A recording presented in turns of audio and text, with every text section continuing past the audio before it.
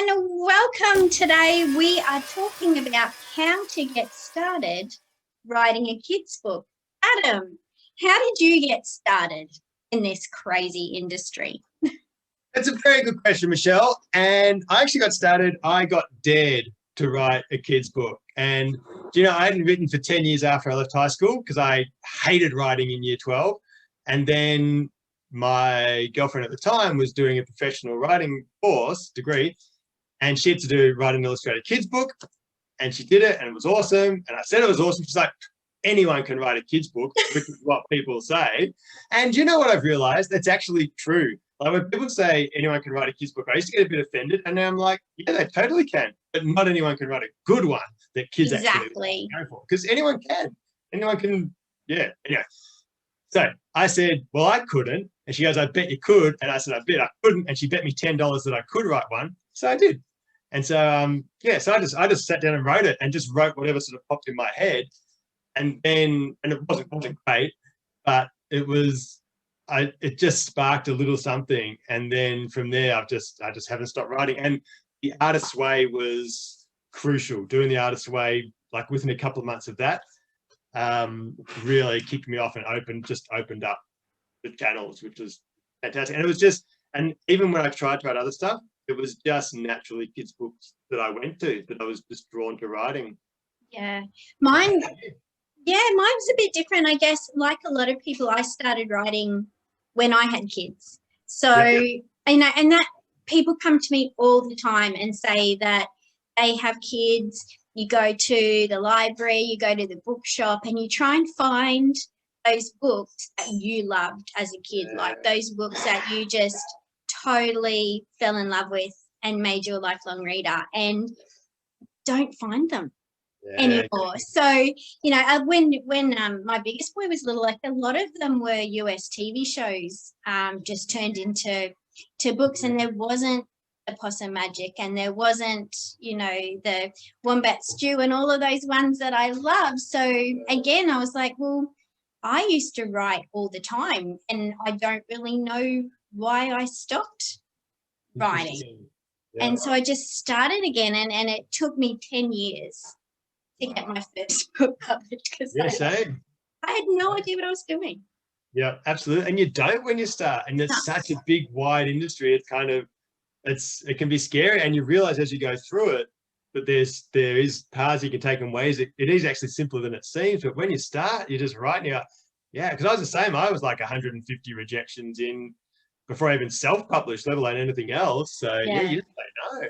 And did you start off back in the day where you had to do like a paper submission, like where you sent with a reply paid envelope that you write on with a stamp, and then you reject yourself in the mail? Yeah, and as soon as you get that letter and you see your handwriting, you're like, oh, come on. Just rejected myself again. Rejected myself.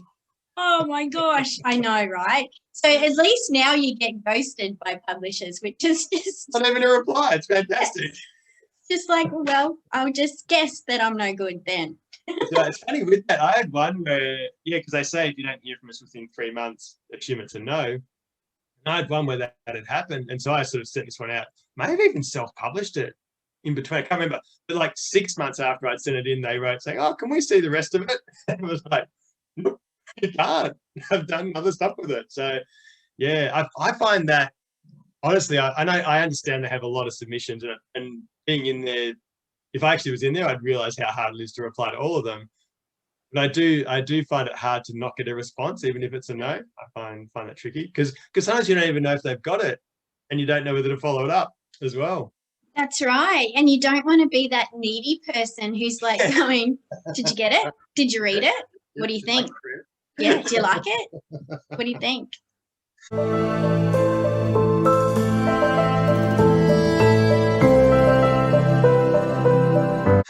Because you don't want to be that person. You want to be the person who's like chill and like, oh, if you like it, let me know. I'll just be over here doing other cool girl stuff, Exactly. But you can't. I guess what would your advice be to people who've got that idea and maybe even written it down? Like, what do you do then? What did you, so as in like if the story's written and done, Mm. I personally, for me, I think going to things and networking is a weird word, but like going to book launches or going to author sessions at libraries or going to things like Kidlit Pick, where there's publishers there and you can get them in sort of a bit more of a relaxed environment in a way. It's not just a one-on-one pitch type thing. And then to just get to know them as a person and to just chat to them and not do the needy thing. I've got a book, you want to read it? I've got a book, you want to read it? Do you want to read it? I've got a book, story. Because they hate that and they don't want it shoved in their face. And what I've found is if you just chat to them and you just talk, and they'll often say, oh, so are you a writer? And so then you can say, yeah, sure. And then often that, even if it's not that meeting, you might see them again, they might be like, well, send it through. But if it comes from then, you've got much more chance of actually going somewhere, I think. And even then, it might still get rejected, but at least you've sort of jumped off the slush pile there, which makes a big difference. So yeah, every book I've had published has been from either me meeting or knowing the publisher or someone like James, the illustrator, knowing the publisher. It's all been from connections. Yeah. I think I didn't realize that until I was probably 2 books in. Yeah, right. So a lot of my work's just been through the slush pile. So a lot of it's just been submitting to publishers, and I'm getting better at that the more experience I have. But definitely the relationships with publishers and agents that I've made just from sticking with it. Like I think there's something to be said for being that face that is seen consistently at a couple of things that, you're not that person who just comes and then never comes back again. But and I know I still have got publishers that I submit to who haven't taken up any of my work, but in the letter it's like, how are the kids? Did you have a good holiday? Oh, it's me, I've got another book. Can you have a read? By the way, here's the manuscript. Yes. And that feels a lot more comfy to me, having built relationships in the industry. And if it's a no, it's still a no. They're not going to be scared saying no to me just because we're talking to each other about what we've been doing, since we last caught up. But I think that is a big part of what makes, especially the kids' book industry, really special. Absolutely. And because the publishers are lovely, the whole industry, it's just lovely people and really supportive and encouraging. And I think what you were saying, there's a couple of benefits to that sort of being that personable person with them, is that you very rarely get ghosted on those submissions. Like if they know you, they'll reply to you, as opposed to if it's one of the 1,000 replies, they might not. But if they know you, they will. But also, there's also just that chance that they'll say, which I've found a couple of times, where they'll go, oh, we've got this idea for a story. Would you like to write it for us? And when they do that, then it's like, then it's going to get it. Well, but you're a 90% chance of getting accepted if you do what they want, sort of thing. I've had those where it still hasn't gone ahead, but just having that connection and them knowing you and having other books coming out, whether it's self-published or other publishers, just being there in their consciousness makes a massive, massive difference. How long do you think it took for you to feel like, not necessarily that you were successful, but how many books or how long did it take for you to think, actually, I think I know what I'm doing?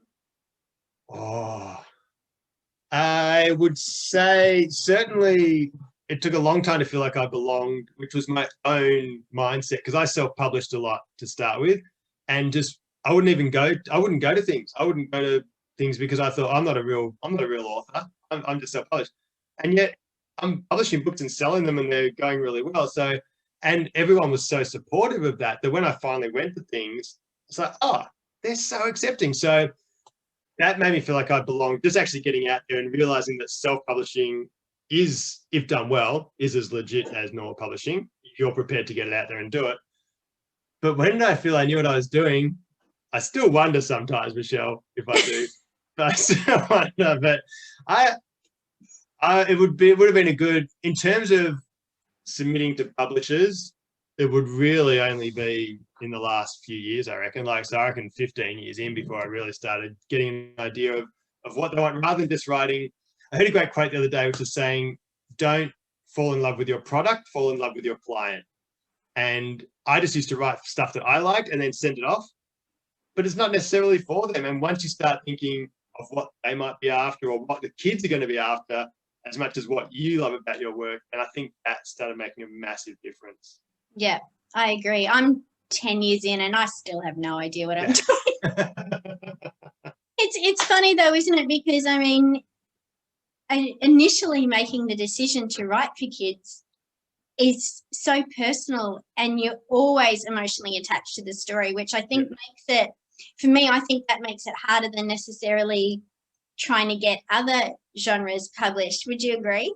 Absolutely, yeah. It is putting yourself on the page, and a lot of the stories, the characters get very vulnerable, I think, in the stories, and things happen to them that we feel and experience, and that's why it's coming out. So yeah, which is why the rejections are sometimes harder as well, I think, because they're rejecting us as much as because we're in the story.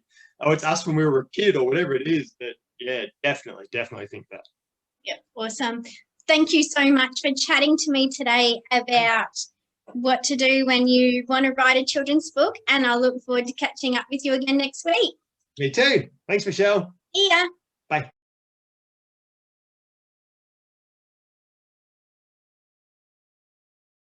Recording. That's so hot.